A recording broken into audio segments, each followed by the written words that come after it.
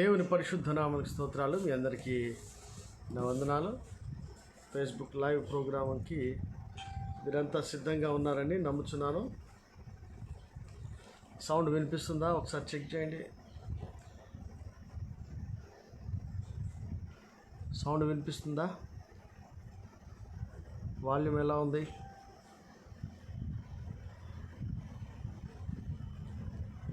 Sound ఎలా ఉంది?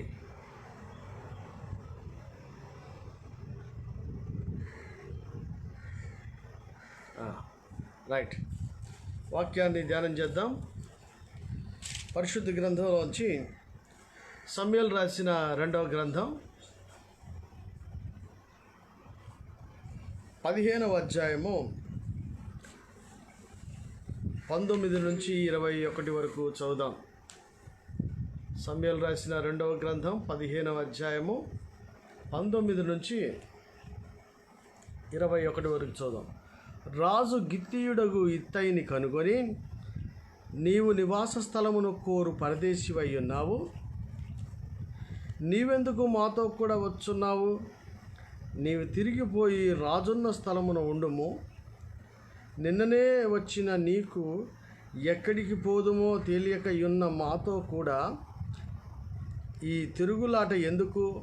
నీవు తిరిగి నీ సహోదరులను తోడుకొని పొమ్ము, కృపాసత్యములో నీకు తోడుగా ఉండునుగా అని చెప్పగా, ఇత్తయి, నేను చచ్చినను బ్రతికినను యెహోవా జీవము తోడు, నా ఏలినవాడగు రాజునగు నీ జీవము తోడు, ఏ స్థలమందు నా ఏలినవాడగు రాజువగు నీ ఉందువో ఆ స్థలమందే నీ దాసుడనైనా నేనుందునని రాజుతో మనవి చేసెను. అందుకు దావీదు, అలాగైతే నీవు రావచ్చునని ఇత్తయితో సెలవిచ్చాను. తల్ల వంచండి. చిన్న ప్రార్థన. పరిశుద్ధుడా, పరలోకమందున మా తండ్రి, యేసుక్రీస్తు పరిశుద్ధ రక్తం ద్వారా నీ కృపా సింహాసనం దగ్గరికి వస్తున్నాం. నీ దాసులు అయిన మేము ఉదయకాలము మా గృహాల్లో కుటుంబాలతో కలిసి నీ పరిశుద్ధ లేఖనాలు ధ్యానించడానికి సిద్ధపడుచుండగా తండ్రి, మీ సన్నిధిని మాతో ఉంచండి. మీరు మాతో మాట్లాడండి. ఈ లేఖనం ద్వారా మా ఆధ్యాత్మిక జీవితాలను అయ్యా వర్ధిల్లింపజేసి, మమ్మల్ని సరిచేసి, మమ్మల్ని మార్చి నీ నామానికి మహిమ వచ్చినట్లుగా కృప చూపించమని యేసు నామములో అడుగుచున్నాము తండ్రి, ఆమెన్. రాజు అయినటువంటి దావీదు ప్రవక్త ద్వారా, నాతాను ప్రవక్త ద్వారా దేవుడు సెలవిచ్చిన రీతిగా నీ ఇంటి వారి వల్లనే నీకు అపాయం వస్తుందన్న మాట నెరవేర్చబడి, అతని కుమారుడైన అబీషాలోము ద్వారా తరం పడుతున్నప్పుడు అతను బయలుదేరి కాలినడకన వెళ్ళిపోతున్నాడు. ఎక్కడికి? రాజనగర్ని వదిలేసి అడవికి వెళ్ళిపోతున్నాడు. కాలినడకన వెళ్ళిపోతుంటే ఒక అతను, కొంతమంది తన మనుషులతో వెళ్తున్నప్పుడు ఒక అతను వెంబడించాడు. అతని పేరు ఇత్తయి. అతను ఏమని చెప్పంటే, రాజు గిత్తీయుడు ఇత్తయిని కనుకొని, నీవు నివాసస్థలం కోర్చున్న పరదేశివి, నువ్వెందుకయ్యా నాతో వస్తున్నావు? రాజున్న కాడ ఉండు అంటే ఏంటి? అబీషాలోము కాడికి పో. నేనే ఎడిపోతానో ఎక్కడుంటానో తెలియదు, నా పరిస్థితి బాగాలేదు, నువ్వెందుకు నాతో కూడా వస్తావు? నువ్వు నీ సహోదరులతో పో. రాజు దగ్గర మంచిగా ఉండండి, నగరిలో మంచిగా ఉండండి, దేశంలో మంచిగా ఉండే, మాతో పాటు అడవులకు ఎందుకు అన్నప్పుడు అతను అన్న మాట, ఇత్తయి అన్నటువంటి మాట చూడండి. నేను చచ్చినను బ్రతికినను యెహోవా జీవము తోడు, నా ఏలినవాడవగు రాజువగు నీ జీవము తోడు, ఏ స్థలమందు నా ఏలినవాడవను రాజువునగు నీ ఉందువో ఆ స్థలమందే నీ దాసుడనైనా నేనుందునని రాజుతో మనవి చేశాను. ఈ రోజున మన పరిస్థితులు బాగా ఉంటే మనల్ని వెంబడించే వాళ్ళు చాలామంది ఉంటారు, మనల్ని ఫాలో అయ్యే వాళ్ళు చాలామంది ఉంటారు, మన మాటను వేదంగా తీసుకునే వాళ్ళు చాలామంది ఉంటారు. ఎందుకంటే మనం ఆర్థికంగా స్థిరపడ్డాం, ఒక మంచి పొజిషన్లో ఉన్నాం కాబట్టి ఎవడైనా మన మాట వింటాడు.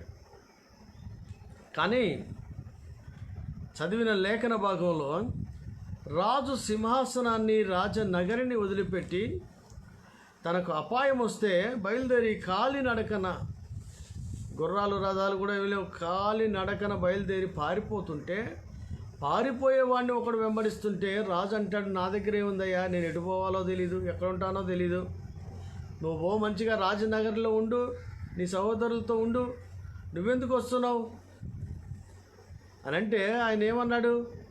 యెహోవా జీవము తోడు, నా ఏలినవాడి జీవము తోడు, నేను చచ్చినా బ్రతికినా రాజువగు నీ దగ్గరే ఉంటా అన్నాడు.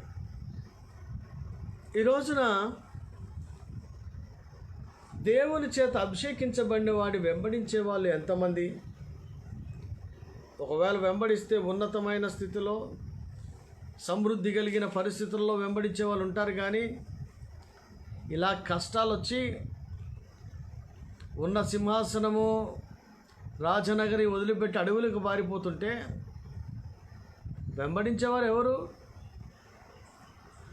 పాస్టర్ గారికి ఇల్లు, కారు, బండి అన్నీ ఉంటే పలకరించేవాడు ఉంటాడు. అదే తినటానికి ఇల్లు కూడా లేకుండా, ఉండటానికి ఇల్లు లేకుండా ఓ సైకిల్ మీద తిరుగుతుంటే పలకరించేవాడు ఎవడు? ఇక్కడ ఆస్తులు, అంతస్తులు, ఆర్థిక విషయాలు అనేది ప్రాముఖ్యం కాదు. కానీ దేవుని చేత అభిషేకించబడిన వాడు జీవితంలో కొన్ని పొరపాట్లు జరుగుతూ ఉంటాయి. జరిగినప్పటికీ దేవుడే పాపాన్ని పరిష్కరించి తను చేసిన దానికి భూమి శిక్ష విధించి కనికరం చూపుతాడు. కానీ మధ్యలో మనమెవరు? ఈ రోజున ఇత్తయి అనేటువంటి వ్యక్తి ఏం చేస్తున్నాడంటే, అబ్షలోము రాజైనా ఆయన ఎవడో అభిషేకించాడు? సొంతం వచ్చాడు, కుట్ర చేసి వచ్చాడు.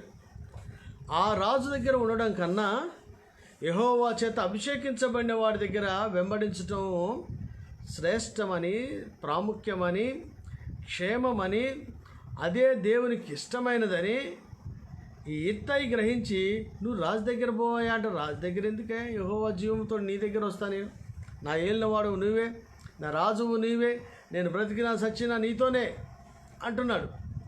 ఈ రోజున పరిస్థితులను బట్టి మనము వెంబడించు వారిని మార్చకూడదు. నువ్వు వెంబడిస్తున్నటువంటి దైవజనుడు ఒక ఉన్నతమైన స్థితిలో ఉన్నా, ఈ రోజున వెనక్కి వెళ్ళిపోయినప్పటికీ, ఆర్థికంగా చితికిపోయినా, సంఘం 1000 మంది ఉండేవాడు 10 మంది అయిపోతే వదిలేసిపోతే అది సరైన విధానం కాదు. రాజుగారి సింహాసనం పోయింది, రాజ్యం పోయింది, కాలినడకన అడవులకు వెళ్తున్నాడు.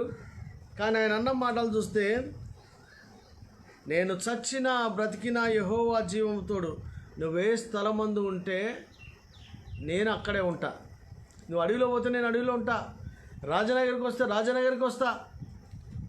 నేను ఉండడం అనేది ఎక్కడ ఉంటా? నువ్వు ఎక్కడుంటే నేను అక్కడ ఉంటాను. ఎందుకంటే నువ్వు యెహోవా అభిషేకం పొందినటువంటి వాడివి, నీవు రాజువి, దేవుడే నిన్ను రాజుగా నియమించాడు. ఈ అబ్షలోమును ఎవడు నియమించాడు? ఆడే సొంతంగా తయారాడు, కుట్ర చేసి వచ్చాడు. నేనేదో నా పాపం గడుపుకోవడానికి కుట్ర చేసి వచ్చిన పక్షంగా నేను ఎలా ఉంటా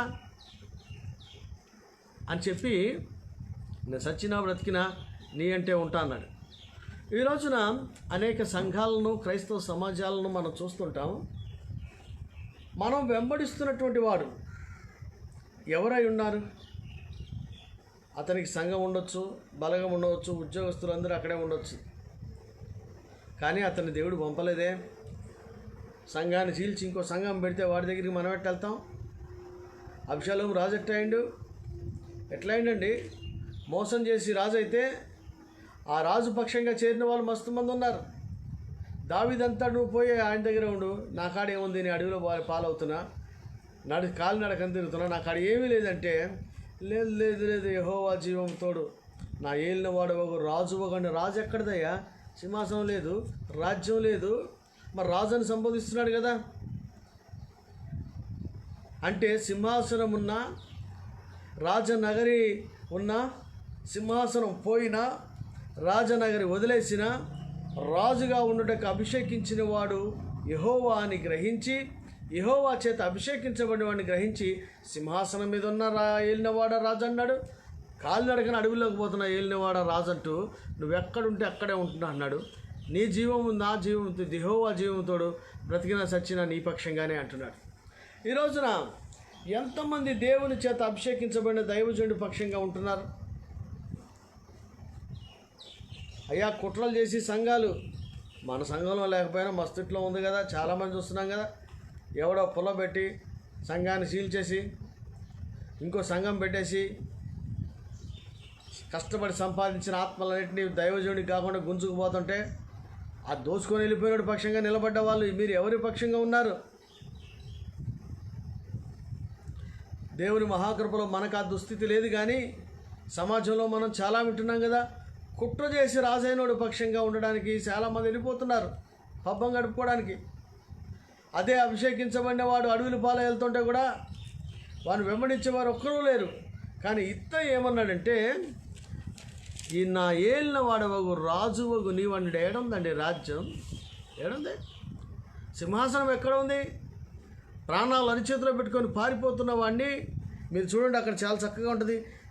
యెహోవా జీవముతోడు నా ఏలిన వాడవును రాజువునగు నీ జీవముతోడు నువ్వే స్థలమందు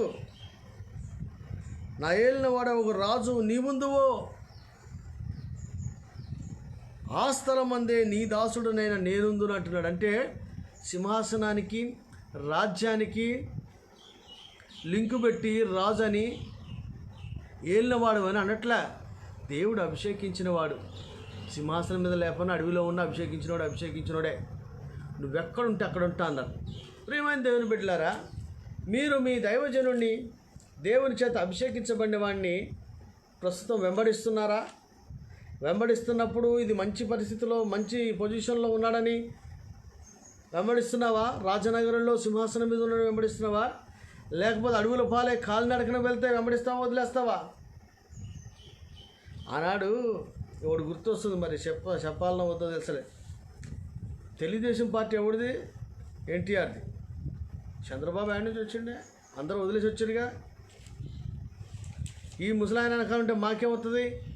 కుట్ర చేసినోడు వెనకాల ఉన్నా, ఎవడు వెనకాల ఉన్నా సరే మనకి మంత్రి పదవో ఏదో వస్తుందని చెప్పేసి న్యాయ అన్యాయాలు ఆలోచించక, పార్టీని స్థాపించిన వాడు ఎవడో అని ఆలోచించక, ఏది న్యాయమని ఆలోచించక, తమకు ఏది ప్రయోజనమో దాన్ని వెంబడించి వచ్చినటువంటి వాళ్ళు ఎంతమంది లేరు? మన కాలంలో మనం చూసినాం కదా. కుట్ర చేసినటువంటి అభిషేకం పక్షంగా ఎంతమంది వెళ్ళిపోయారు? దేవుడే అభిషేకించి రాజ్యంలో నిలబెట్టినటువంటి, రాజ్యాన్ని ఇచ్చినటువంటి దావీదుని అడవుల పాలైపోయి కష్టం వస్తే వదిలేసిన వాళ్ళు ఎంతమంది? ఆలోచన చేయండి. ఈ రోజున క్రైస్తవ సమాజంలో సంఘంలో ఎక్కువ చీల్చినోడి పక్షంగా వెళ్తున్నారే, ఒక్కసారైనా ఆలోచించరా? నువ్వు ఎవడి పక్షంగా ఉన్నావు? దేవుని చేత పంపబడినవాడా? దేవుని చేత అభిషేకించబడినవాడా? దేవుని చేత కాపరిగా ఉండడానికి నియమించబడినవాడా? వాడి పక్షంగా ఏందా నువ్వు నిలబడేది? అంటే పాపం గడుపుకోవడానికా? ఇడిపోయిన సంఘంలో అయితే నన్ను ప్రెసిడెంట్ చేస్తారని పోతున్నావా? ఈ చర్చిలో నాకు పాట పాడటానికి మైక్ లేదు, ఇడిపోయినాడు కొత్త దగ్గరికి వెళ్తాడు మైక్ ఇస్తాడని పోతున్నావా? పాట పాడడానికి పోతావా సంఘానికి? ప్రెసిడెంట్గా ఉండడానికి సంఘానికి పోతావా? నిన్ను నడిపించేవాడు అభిషేకించబడినవాడా? దేవుని చేత నియమించబడి ఎవరిని వెంబడిస్తున్నావు? కానీ ఇత్తయి అయితే అభిషేకం రాజని కానీ రాజ్యనగరంలో ఉండొచ్చని కానీ ఏమీ ఆలోచించలేదు. యెహోవా జీవముతోడు నా ఏలినవాడవైన నీవు, రాజువైన నీవు, నీ దాసునైన నేను. ఆ మాటలు చూడండి. అంటే ఈ రాజు ఏడున్నాడు?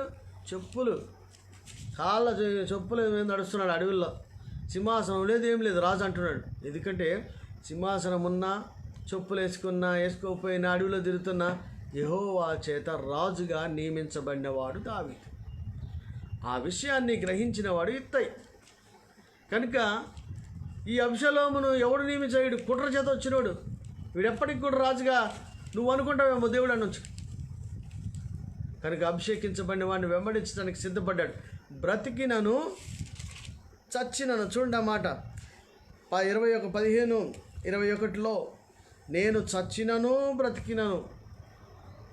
దైవజనుడు అభిషేకించబడిన వాడిని వెంబడించడానికి ఆయన చెప్తున్న మాట, నేను చచ్చినను బ్రతికినను, నేను నీతోనే, నువ్వెక్కడుంటే అక్కడ. ఈరోజు నా సంఘమునకు వస్తున్నటువంటి వారు కానీ, మీ సంఘాల్లో దైవజనులకి వెంబడిస్తున్నటువంటి వారు కానీ విశ్వాసులు ఎక్కడున్నా వింటున్నటువంటి వారు, మీ దైవజనుడి పొజిషన్ బట్టి వెంబడిస్తున్నావా? ఇది దేనికైనా పనికొస్తాడని, అభిషేకించబడిన వాడని వెంబడిస్తున్నావా? అంటే ఆర్థికంగా ఒక ఉన్నతమైన స్థితి లేకపోతే ఆయన వదిలేసి ఇంకోటి దగ్గరికి వెళ్ళిపోతావా? మీ యొక్క ఆధ్యాత్మిక స్థితి ఎలా ఉంది? ఎవరిని ఏలినవాడు అంటున్నావు? ఎవరిని రాజు అని అంటున్నావు? సింహాసనం మీద కూర్చున్నవాడినా, నగరంలో ఉన్నవాడినా, అభిషేకించబడిన వాడినా?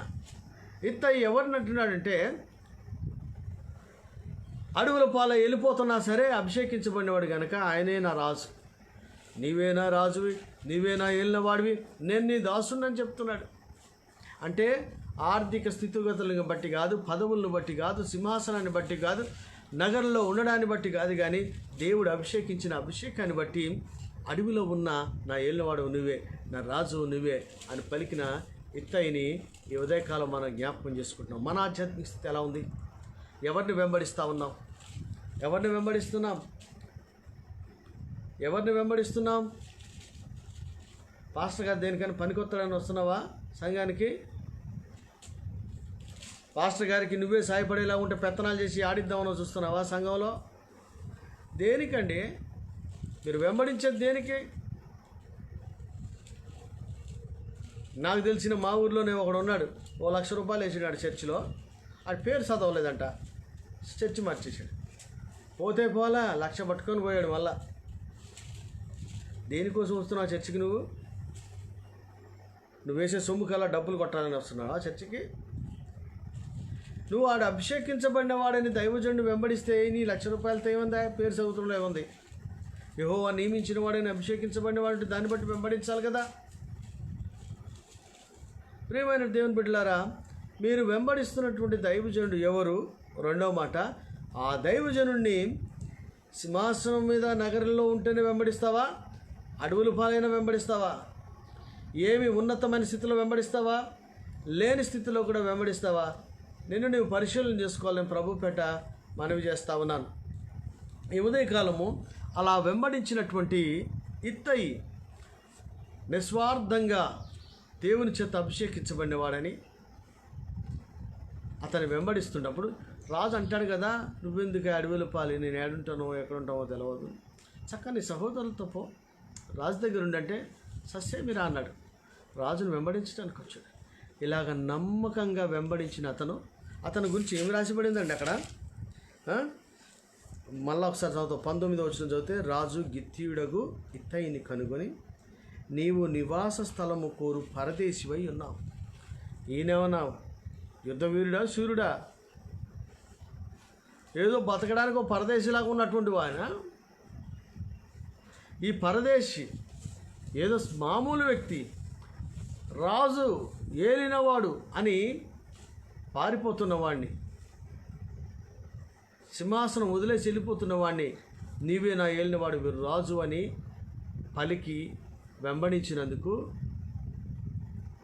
అభిషేకించబడిన వాడి పక్షంగా ఉన్నందుకు దేవుడు అతన్ని తక్కువ చేయలేదు. మీరు చూద్దాం పరిశుద్ధ గ్రంథంలోంచి 18వ అధ్యాయం సమూయేలు 2వ గ్రంథం 18వ అధ్యాయం మొదటి నుంచి చదువుదాం. ఇలాగా అరణ్యంలో దావీదుతో పాటు ఉంటున్నప్పుడు ఒకానొక సమయంలో యుద్ధం వస్తుంది. అబ్షాలోముతో యుద్ధానికి సిద్ధపడుతున్నారు. అప్పుడు దావీదు ఏం చేశాడో చూద్దాం. 18వ అధ్యాయం మొదటి వచనం, దావీదు తన యుద్ధనున్న జనులను లెక్కించి, మీరు బైబిల్ చూస్తున్నారా? 18వ అధ్యాయం మొదటి నుంచి, దావీదు తన యుద్ధనున్న జనులను లెక్కించి వారి మీద సహస్రాధిపతులను శతాధిపతులను నిర్ణయించి జనులను 3 భాగములుగా చేసి, యోవాబు చేతి క్రింద ఒక భాగమును, సెరయు కుమారుడు అభిషై అను యోవాబు సహోదరుని చేతి కింద ఒక భాగమును, గిత్తీయుడైన ఇత్తయి చేతి కింద ఒక భాగమును ఉంచెను. రాజు తన జనులను లెక్కించి 3 భాగాలు చేసి, ఒకటి యోవాబుకి, ఒకటి అభిషైకి, ఒకటి గిత్తీయుడైనటువంటి ఇత్తయికి ఒక భాగాన్ని ఇచ్చి ఈ జనాల మీదట అతన్ని అధిపతిగా నియమించాడు. చూడండి, నమ్మకంగా వెంబడించేవాడిని దేవుడు ఎప్పుడు తక్కువ చేయడు. మీరు వింటున్నారా? బైబిల్ చూస్తున్నారా? నమ్మకంగా వెంబడించేవాడిని దేవుడు ఎప్పుడు కూడా తక్కువ చేయలే. అడవి పాలెత్తున్నాడు, లాజిక్ ఉపయోగించాడా? ఏమో వీడికే దిక్కులేదా, అభిషేకించబడితే ఎవడికంట ప్రాణాలు పట్టుకొని పారిపోతున్నాడు, ఏడుంటానో తెలియదని ఆయనే చెప్తున్నాడు. నేను ఎటు తిరుగుతానో ఎక్కడ ఉంటానో నాకే తెలియదు, నువ్వు ఎందుకు వస్తావు అన్నాడు. ఒకవేళ నేను అంటే వెంబడిద్దామని బయలుదేరినా పాస్టర్ గారే వద్దన్నారు కదా, అందుకని వదిలేశానండి. పాస్టర్ గారు వద్దంటాడయ్యా, నీ బతికేందో నీ మనసు ఏందో తెలుసుకోవడానికి అంటారు. ఏమో ఏం కష్టపడతావులే అంటే ఇక బంద్ చేస్తావా? ఏమైంది? నేను రాజు అయిన నా ఏలిన వాడా అన్నాడు. ఎవరిని? మరలా చెప్తా వినండి. సింహాసనం మీద ఉన్నప్పుడు కాదు, పారిపోతున్నప్పుడు రాజు అయిన నా ఏలినవాడ యెహోవా జీవంతో నీ దాసుడినైనా అన్నమాట. మరలా చెప్తాను. అంటే ఆయన సింహాసనానికి నగరికి విలువ ఇవ్వలే. అభిషేకానికి దేవుడిచ్చిన నిర్ణయానికి విలువ ఇచ్చాడు. దేవుడు అతన్ని పిలిచి అభిషేకించి ఇశ్రాయేలు మీద రాజుగా నియమించాడని అది నమ్మి దాన్ని అతను గుర్తించాడు. కానీ కుట్రతో రాజైన వాడు ప్రస్తుతం ఉన్న పదవిని బట్టి అభిషేకం పక్షాన్ని చేరలా.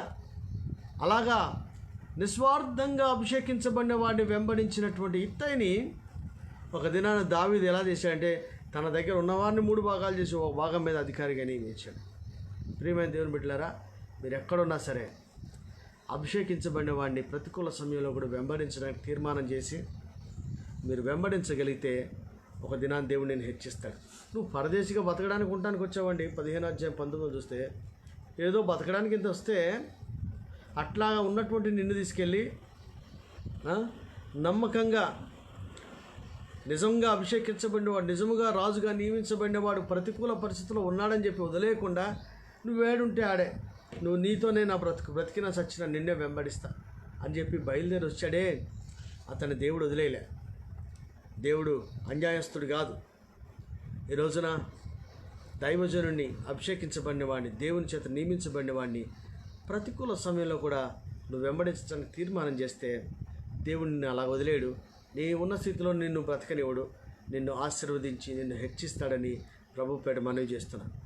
పరదేశిగా ఉండాల్సినోడు, 7వ మూలన బతకాల్సిన వాడిని తీసుకొచ్చి రాజ్యంలో తన దగ్గర ఉన్నటువంటి జనాల్లో 3 భాగాలతో ఒక భాగానికి మీద అతన్ని అధికారిగా పెట్టాడు.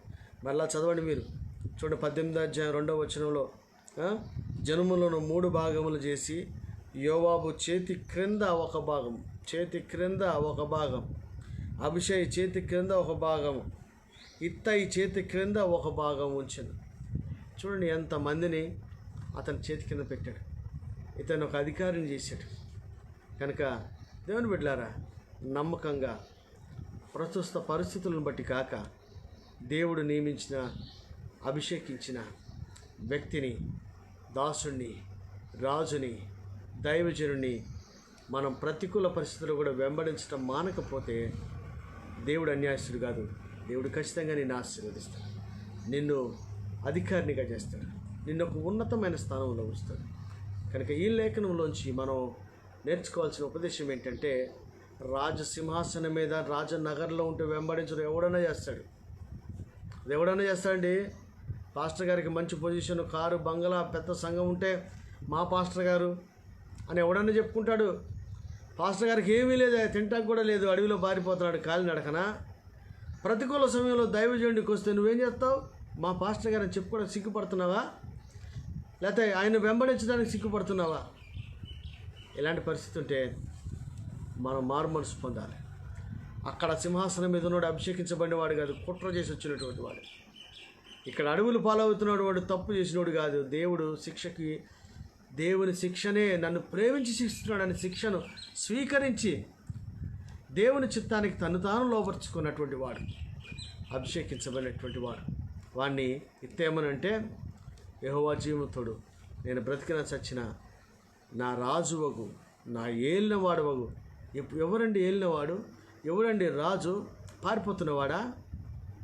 అలాంటి ప్రతికూల పరిస్థితుల్లో కూడా అతన్ని దేవుని చేత అభిషేకించబడినవాడని, దేవుని చేత నియమించబడిన రాజు అని గుర్తించి అతన్నే వెంబడించడానికి ఇత్తయి నిర్ణయం చేసి వెంబడించినాడు కదా. అందుకనే దేవుడు అతన్ని ఆశీర్వదించి దావీదు దగ్గర ఉన్న జనాల్లో 3 భాగాల్లో ఒక భాగము అతని చేతి క్రింద, మరలా చెప్తాను చూడండి ఆ మాట, అతని చేతి క్రింద, చూడండి అక్కడ రెండవ వచనం ఉంటుంది, ఇత్తయి చేతి క్రింద ఒక భాగము ఉంచెను. అంతగా దేవుడు హెచ్చిస్తాడు. కనుక ప్రియమైన దేవుని బిడ్డలారా, మీరు ఏ సంఘానికి పోతున్నా, ఏ దైవజనుడిని వెంబడిస్తున్నా, అడ్డదారిని వచ్చినోడు దైవజనుడి కాలేడు, రాజు కాలేడు. దేవుని చేత నియమించబడి అభిషేకించబడిన వెంబడించడం మానదు. చాలామంది అనుకూల సమయంలో పరిస్థితులు బాగున్నప్పుడు వెంబడిస్తారు, కానీ దైవజనుడి ప్రతికూల పరిస్థితుల్లో, బాధాకర స్థితిలో వెంబడించేవారు తక్కువైపోతున్నారు. ఇత్తయి ప్రతికూల పరిస్థితుల్లో కూడా నా ఏలినవాడు, నా రాజువగు నువ్వు ఎక్కడుంటే నేను ఎక్కడుంటా అని చెప్పి రాజును వెంబడించినందుకు దేవుడు అతన్ని హెచ్చించాడు. రాజు జ్ఞాపకం చేసుకున్నాడు.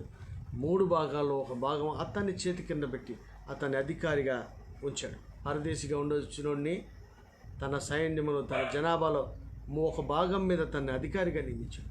దేవుడు అన్యాయస్తుడు కాదు, మనల్ని ఆశీర్వదిస్తాడు. కనుక తాత్కాలికంగా అధికారంలో ఉన్నవాడిని నమ్మక, సింహాసనం మీద ఉన్నటువంటి వాడిని నమ్మక, అభిషేకించబడిన వాడిని నమ్మి, అభిషేకించబడిన వాడిని వెంబడిస్తే ఈ రోజున దేవుడు నిన్ను కూడా ఆశీర్వదించి నిన్ను ఒక ఉన్నతమైన స్థానంలో ఉంచుతాడు. ఇది పరిశుద్ధ గ్రంథంలో చెప్పబడిన మాట, 100% సత్యం. కనుక అభిషేకించబడిన వాడిని ప్రతికూల పరిస్థితుల్లో కూడా విడవక వెంబడిద్దాం, దైవ ఆశీర్వాదాలు పొందుకుందాం. మనల్ని ఒక ఉన్నతమైన స్థానంలో దేవుడు ఖచ్చితంగా నిలబెడతాడు. దేవుడి మాటలు దీవించును గాక. ఆమేన్. ప్రార్థన చేద్దాం. తలలో ఉంచండి. మేము ఈ స్థలాల్లో, మేము ఈ గృహాల్లో తలలో వచ్చినట్లయితే చిన్న ప్రార్థన చేద్దాం.